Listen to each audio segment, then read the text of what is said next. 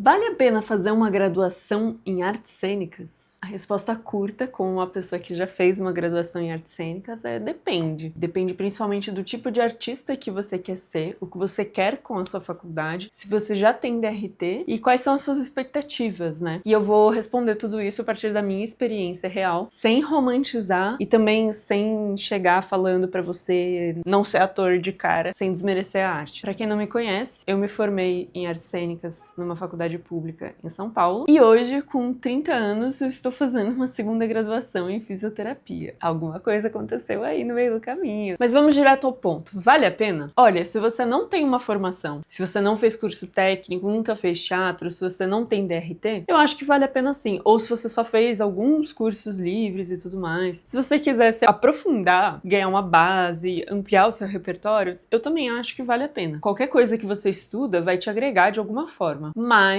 você pode se frustrar dependendo do tipo de artista que você quer ser. E eu vou começar falando de uma frustração que eu tive, que tem a ver com teatro e cinema. Eu amo teatro, eu faço teatro até hoje, estou num grupo de teatro e isso nunca vai sair de mim, né? Eu sempre faço peças, porque eu acho que é muito importante como atriz eu ficar me trabalhando constantemente. Mas eu sempre tive um fetiche pelo audiovisual, tanto é que antes de fazer uma graduação em artes cênicas, eu fiz um curso técnico em audiovisual. E eu sempre amei, assim, o cinema nacional. Eu sempre tive essa vontade de ser uma atriz do audiovisual. E eu acho que de todas as opções que você pode escolher, você ser um ator de audiovisual é uma das mais frustrantes que tem. Porque é o caminho que você tem menos autonomia, que você mais depende de ser descoberto por alguém, de ficar fazendo um monte de testes para no final colocarem uma atriz global que já é famosa, que já tem uma carreira, entendeu? E tem coisas que dependem da sua cara, da sua aparência, do quão magra você é, do quão fitness você está. Muitas pessoas falam que não, né, que isso tá mudando, mas eu acho que mudou por um tempo e agora tá voltando bastante, assim, esse padrão de beleza bem específico. A sua idade faz diferença, né? Então tudo isso são coisas que vão criando vários empecilhos e muitos deles não dependem tanto de você. E a universidade pública, num geral, ela te prepara muito mais para você fazer um mestrado, para fazer um doutorado. Eu quero fazer um mestrado em artes ainda também, para você montar espetáculos por edital. Na Unesp a gente teve, inclusive, em metodologia da pesquisa, porque a gente pediu para ter algumas aulas voltadas para alguns editais, né? Então a gente teve uma aula ou outra ali.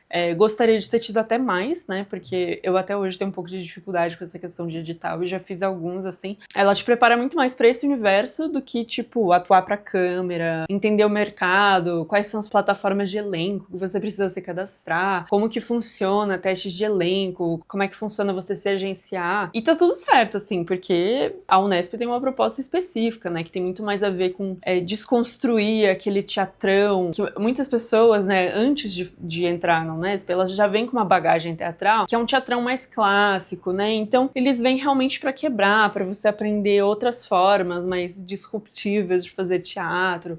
Você passa, né, por várias vertentes do teatro e tudo mais. Só que, assim, a minha sorte é que eu já fazia testes de elenco desde os meus 15 anos de idade e eu já sabia, né, como funcionava esse mercado. Mas, imagina, tem muita gente que não sabe. E aí faz a graduação achando, né, que lá vai aprender. Você vai aprendendo conversando com os seus colegas que também tem esse interesse. O curso foi inútil? Não, de forma alguma. Eu achei que foi muito útil pra mim. Eu aprendi coisas muito legais, conheci pessoas muito legais, principalmente história do teatro, teatro físico, né? O curso da Unesp é muito físico, extremamente corporal, extremamente prático, né? Tem muitas pessoas que ficam falando, eu não quero fazer uma graduação porque acho que o curso vai ser muito teórico. O da Unesp não é muito teórico, é bem mais prático do que teórico, assim, né? Mas eu gostava muito das aulas de história de teatro e eram aulas bem práticas, né? A gente sempre estudava, a gente estava estudando algum período e a gente sempre fazia uma leitura dramática daquela cena, fazia uma mini apresentaçãozinha. Então a gente também encenava, né, nas aulas de história de teatro. Quando eu tive com um professor específico, porque a gente tinha um problema que muitos dos professores, eles eram contratados como substitutos. E aí fica tendo essa rotação. Isso acontece em todas as públicas, gente. Tá na USP, na Unesp, na Unicamp, todas elas têm esse problema. Então, às vezes, os professores ficam só 6 meses e aí depois eles trocam, porque ou eles acham alguma coisa melhor, ou porque acabou o contrato deles, né? Eu tive professores incríveis substitutos, que eu tive, assim, durante só um semestre, o que é muito triste, né? Que eu gostaria até de ter continuado tendo mais aulas com eles, enfim. Mas como o curso da Unesp é extremamente corporal, você inclusive tem muito mais aulas de corpo do que de atuação. Pra mim isso foi um pouco um problema, porque eu tenho fibromialgia e eu especificamente, além da fibromialgia, eu tenho um problema nos meus sesamoides, nos pés. Eu tenho dor crônica, né?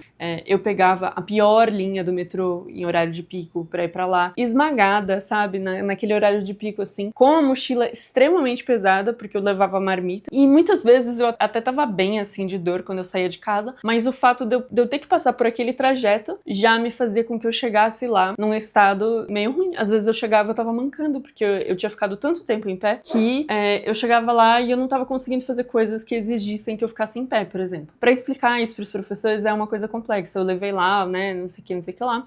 Muitos dos professores não conseguiam entender, assim, né? Mas eu tive muitas professoras acolhedoras também, tá? Professoras que sempre me respeitaram e sempre, tipo, me ajudaram muito, né? Essa coisa que a gente tá fazendo em pé, eu posso fazer no nível do chão, assim, eu posso fazer um relatório, não sei o que lá. E eu consegui resolver isso indo na ouvidoria. Então, pelo menos eu senti, assim, que tinha esse canal de comunicação pra resolver os problemas. Como o mercado enxerga você ter feito uma faculdade pública? Eu acho que, assim, tem até um peso deles falarem assim, tá, essa daqui é uma atriz que realmente tá levando o trabalho dela a sério, sabe? Mas, de fato, eu nunca vi, assim, um teste, tipo assim, esse aqui é um teste só pra quem tem curso superior em artes cênicas. Isso não existe. O mercado não liga muito se você fez faculdade.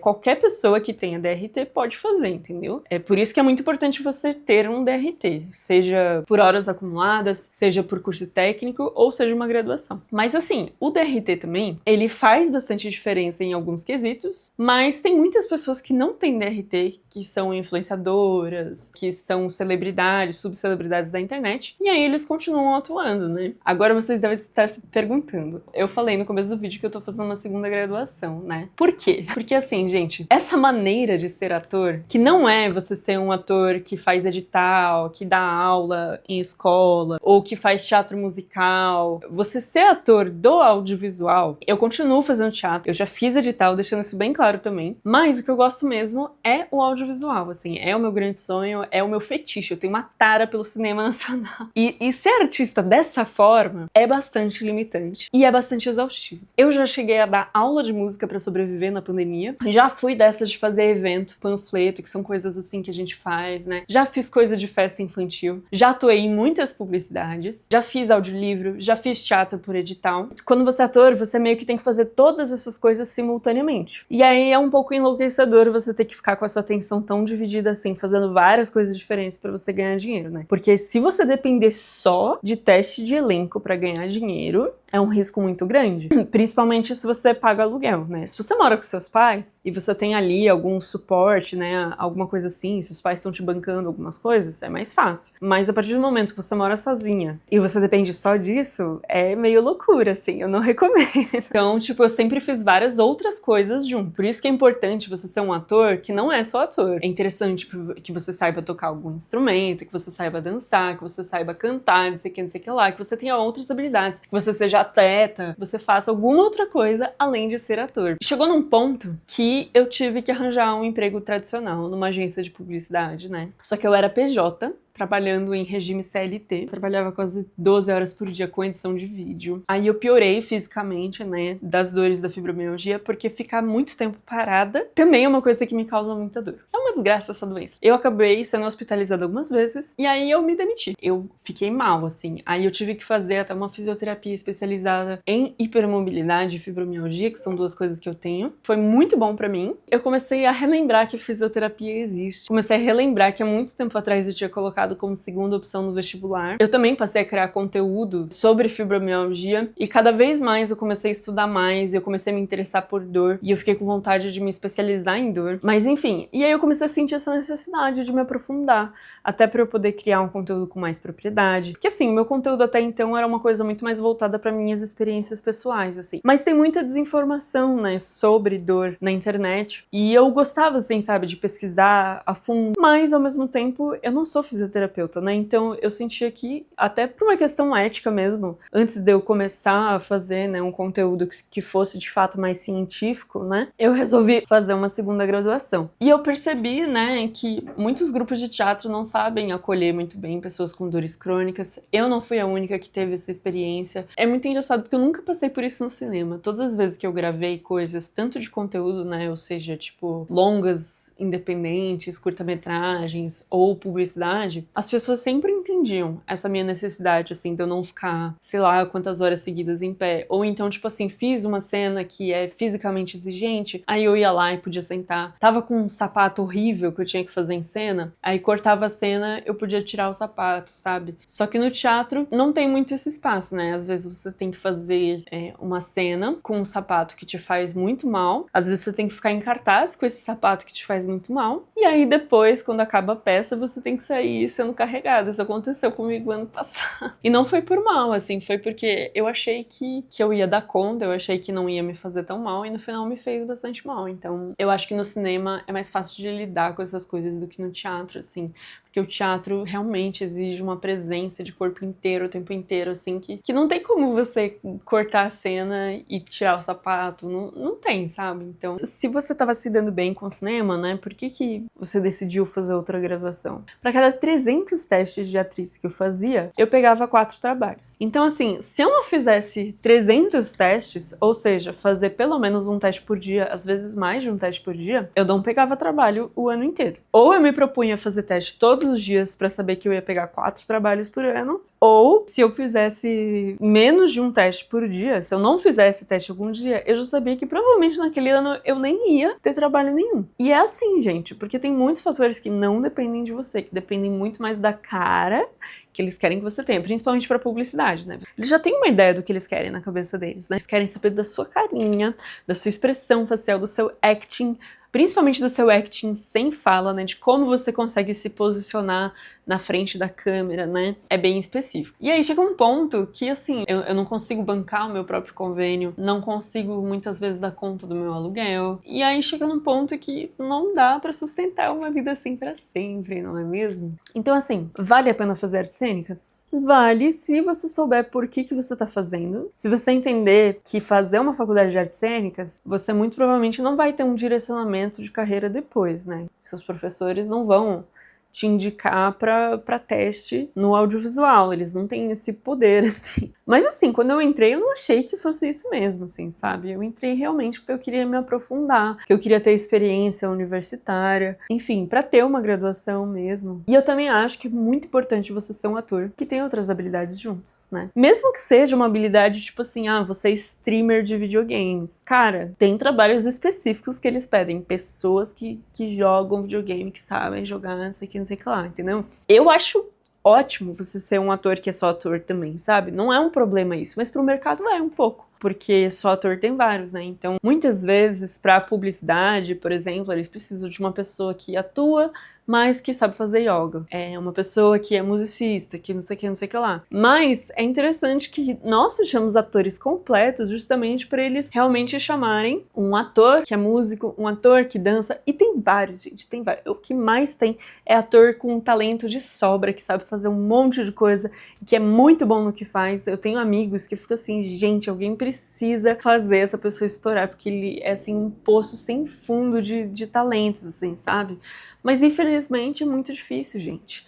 É muito difícil mesmo, assim. Então, eu acho que o mais importante, mesmo se você arranjar um emprego CLT e tudo mais, é você ter um tempo pra você se dedicar a fazer aquilo que você gosta. Eu acho que é muito importante também você criar conteúdo, se isso for uma coisa que você gosta. Se você não gostar disso, aí nem faz, entendeu? Porque eu acho que também é meio pavo você começar a fazer conteúdo e ficar falando assim, ai, nossa, que saco, tem que ser TikToker agora, não sei o que lá. Não, sabe, se você vai fazer conteúdo, assume que você vai virar uma TikToker, vai começar a fazer Instagram, vai começar a fazer coisa pro YouTube e que tá tudo bem, sabe? Por mais que vão ter pessoas que vão te julgar, quando eu comecei a gravar vídeos pro TikTok, eu ouvi coisas assim de colegas, né, me julgando assim, mas tudo bem, sabe? Eu fiz porque é uma coisa que eu gosto, porque também, de certa forma, mistura um pouco essas duas linguagens, porque eu gosto muito do audiovisual. Eu trabalho como fotógrafa, né? Aliás, uma coisa que eu esqueci de falar é que a fotografia foi a forma que eu consegui, tipo, sobreviver enquanto atriz, assim. A fotografia, o vídeo, o audiovisual em geral. De todos os cursos que eu fiz, eu acho que eu ter feito um técnico em direção cinematográfica e roteiro foi o que mais me ajudou a sobreviver, assim, sabe? Porque, apesar de não ter trabalho que paga super bem, assim, você consegue fazer uns trabalhinhos aqui e ali, sabe? Aí, se realmente tá faltando dinheiro, você vai, faz uma festa de aniversário, fotografar, entendeu? Você consegue se virar, assim, um pouco. Mas ainda assim, eu acho muito pouco, assim, pra eu dar conta, né, de pagar minha faculdade, pagar meu aluguel, não sei o que, não sei o que lá. Eu tô fazendo isso pensando no meu futuro, também pensando em algo que eu gosto de fazer. Eu acho que se eu tivesse tempo infinito, eu até faria mais uma graduação, que eu tenho muita vontade de estudar arqueologia, por exemplo. Mas aí isso ia ser muita loucura, né, fazer uma terceira. Quem sabe, né? Nunca se sabe o dia de amanhã. E eu tenho uma amiga que é atriz e arqueóloga, gente. E ela é fantástica, assim. Enfim, eu acho que, assim, você sempre precisa estudar, independente do que você quer. É sempre bom você estar atualizado e estudando. Eu tentei fazer esse vídeo de uma forma que não fosse, tipo, não sejam atores, entendeu? Às vezes eu falo isso brincando. Eu falo brincando, mas eu sou, né? Então seria muito hipócrita eu falasse assim, ai, não seja, mas eu sou e eu sobrevivo na corda bamba, mas eu sobrevivo. Eu sempre penso assim, pelo menos eu tenho um teto sobre a minha cabeça, esse tipo de coisa assim. Mas não dá pra falar que é de boas, que é só você fazer o seu corre que vai dar tudo certo. Porque eu conheço atores maravilhosos, que cantam, que dançam, que compõem, e que são baita de uns atores, e que estão no corre todos os dias, e que tem um portfólio maravilhoso, que tem uma formação maravilhosa, e que fazem testes todos os dias, e que pegam coisas. E mesmo assim, eles têm dificuldade, assim, pra pagar as contas. Porque as pessoas veem a gente na TV, acham que a gente tá ganhando muito. Às vezes a gente tá ganhando R$800 bruto, aí 20% desse dinheiro vai pra nossa agência, aí tem 17% que vai da nota fiscal, porque nem sempre eles aceitam bem. Então, no final, gente, às vezes você se lasca, né? E aí, imagina você pegar 4 trabalhos no ano que pagam só, tipo, menos que R$800 líquido no seu bolso. É loucura. Então, por isso que também você tem que escolher bem o tipo de coisa que você tá fazendo, mas às vezes a gente não tem essa possibilidade de escolher. E faz parte, assim, sabe? Sempre quando eu faço um trabalho que não é tanto a minha vibe, eu penso, pelo menos eu estou atuando. Eu amo atuar, e até por isso que eu voltei a entrar num grupo de teatro, porque eu tava sentindo falta, né? E aí, ano passado eu fiquei em cartaz, estou montando outro espetáculo. Sei lá, eu acho que é importante, assim, vocês estudarem, seja o que for. O fato de você ter feito uma graduação em artes cênicas mostra pro mercado de trabalho que você leva a sério aquilo que você faz. Mas isso não é o suficiente, assim, não é. Às vezes, uma pessoa vai pegar um trabalho porque ela é mais famosa que você. Principalmente na publicidade, tá? No audiovisual, nem tanto, assim, mas na publicidade eu acho que isso pesa bastante, porque se você já tem um público, além de tudo, você também vai atrair esse público para aquela marca, né? Eu acho que não dá pra gente ser ingênuo quanto às redes sociais. Eu acho muito chique quem fala assim, não tenho redes sociais. Que bom que a pessoa consegue não ter redes sociais, né? Mas ter redes sociais hoje em dia, quando você é ator, é importante. Fazer pelo menos um monólogo a cada 2 meses aí, até pra eu ficar constantemente me exercitando. Eu gosto também de fazer monólogos de papéis que eu com certeza não seria escalada,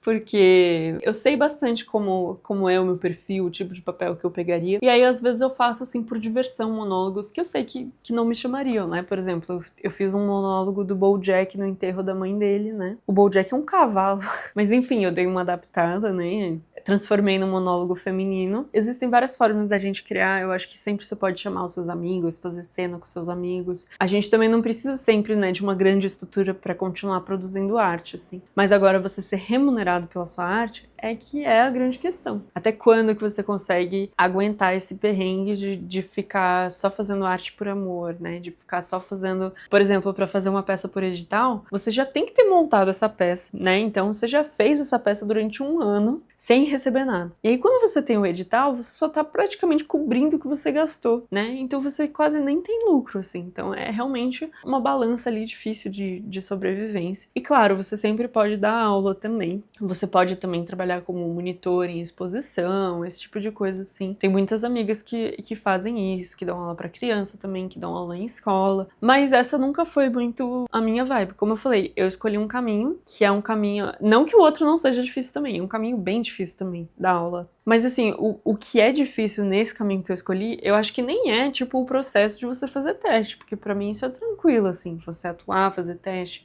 ter gravação. Quando você pega o trabalho, é maravilhoso, assim, sabe? Mas o problema é que tem muitos fatores que não dependem só de você. É um trabalho que depende muito de como as outras pessoas te veem, de como você se coloca, do quanto você consegue se organizar, até financeiramente, porque assim, pra você ter tempo de ficar fazendo um monte de teste, você precisa ter uma reserva de emergência, porque você não tá ganhando nada, gente. Hoje em dia, a maioria dos testes, raramente eles pedem pra você fazer um teste de verdade. Muitas vezes é só um vídeo de apresentação e você manda o seu material. Tem alguns que eles pedem pra você fazer um teste mesmo, aí você ganha o cachê teste. Mas antes era todos, assim, qualquer teste que você fizesse, você ganhava lá os seus R$80. Agora aumentou pra 120. Faz um tempo já que eu não faço um teste que tenha cachê teste, que me pagaram, assim, né? Ano passado, acho que eu fiz uns 3, assim, tinha um cachê teste. Mas eu lembro que, sei lá, 2017, que era a época que eu tava fazendo muito trabalho, muito teste assim, todos os testes que eu fazia tinham cachê teste. Hoje em dia, não tem mais. É uma coisa assim, você manda só o seu material e aí você é aprovado ou não. Claro que, assim,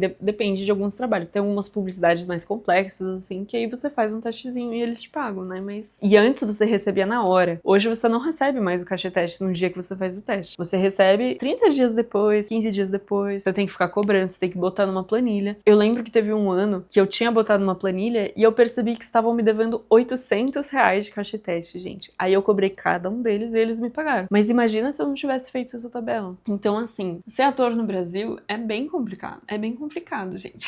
E eu acho que, assim, São Paulo é um dos melhores lugares pra você ser ator. É onde mais tem oportunidades. Mais até do que o Rio de Janeiro, de verdade, assim. Porque o Rio, quando precisa gravar no Rio, muitas vezes eles fazem um teste aqui em São Paulo pra gravar no Rio, assim, sabe? E o Rio tem a Globo, mas é meio que isso, assim. A maioria das publicidades são gravadas aqui. É muito bom por causa disso. E eu acho que, assim, tem períodos, gente, que a vida de ator dá muito certo. Eu tive, assim, pra mim, 2019 foi o meu melhor ano. Eu vivi 100% só como atriz. E eu peguei, assim, uns trabalhos de conteúdo também, sabe? Gravei curta-metragem, gravei longa independente, umas coisas assim. E o curta-metragem que eu gravei, eu tive um cachê super bom, assim, sabe? Foi por edital. E tava funcionando muito bem. Eu tava pegando um trabalho atrás do outro, eu tava tipo assim, nossa, é isso, assim, sabe? Foi um ano, assim, que vivi tranquilamente como atriz. Mas aí veio a pandemia. E aí parece que eu tive que recomeçar do zero a minha carreira, assim. De verdade, assim. Então, na pandemia, eu dei aula de música, eu fiz uns freelas, assim, de edição de vídeo, umas coisas assim. E foi bem difícil, assim, pra mim na pandemia.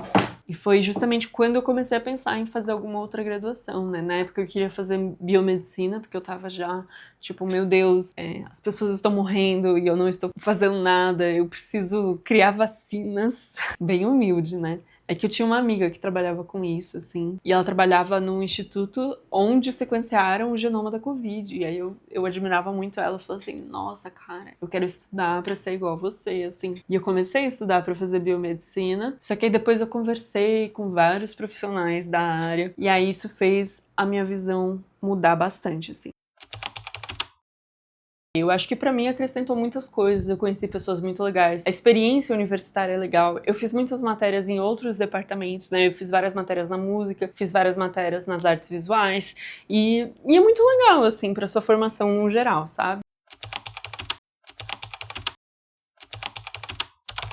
Bom, se esse vídeo te ajudou de alguma forma, já deixa um like, compartilha e comenta aqui embaixo. Você faria faculdade de artes hoje ou faria diferente? Faria uma segunda graduação? Eu também quero saber, gente, se vocês têm interesse que eu faça um vídeo contando como é o processo seletivo para você entrar numa faculdade pública de artes cênicas aqui em São Paulo. Falar especificamente do processo da Unesp, né? É isso.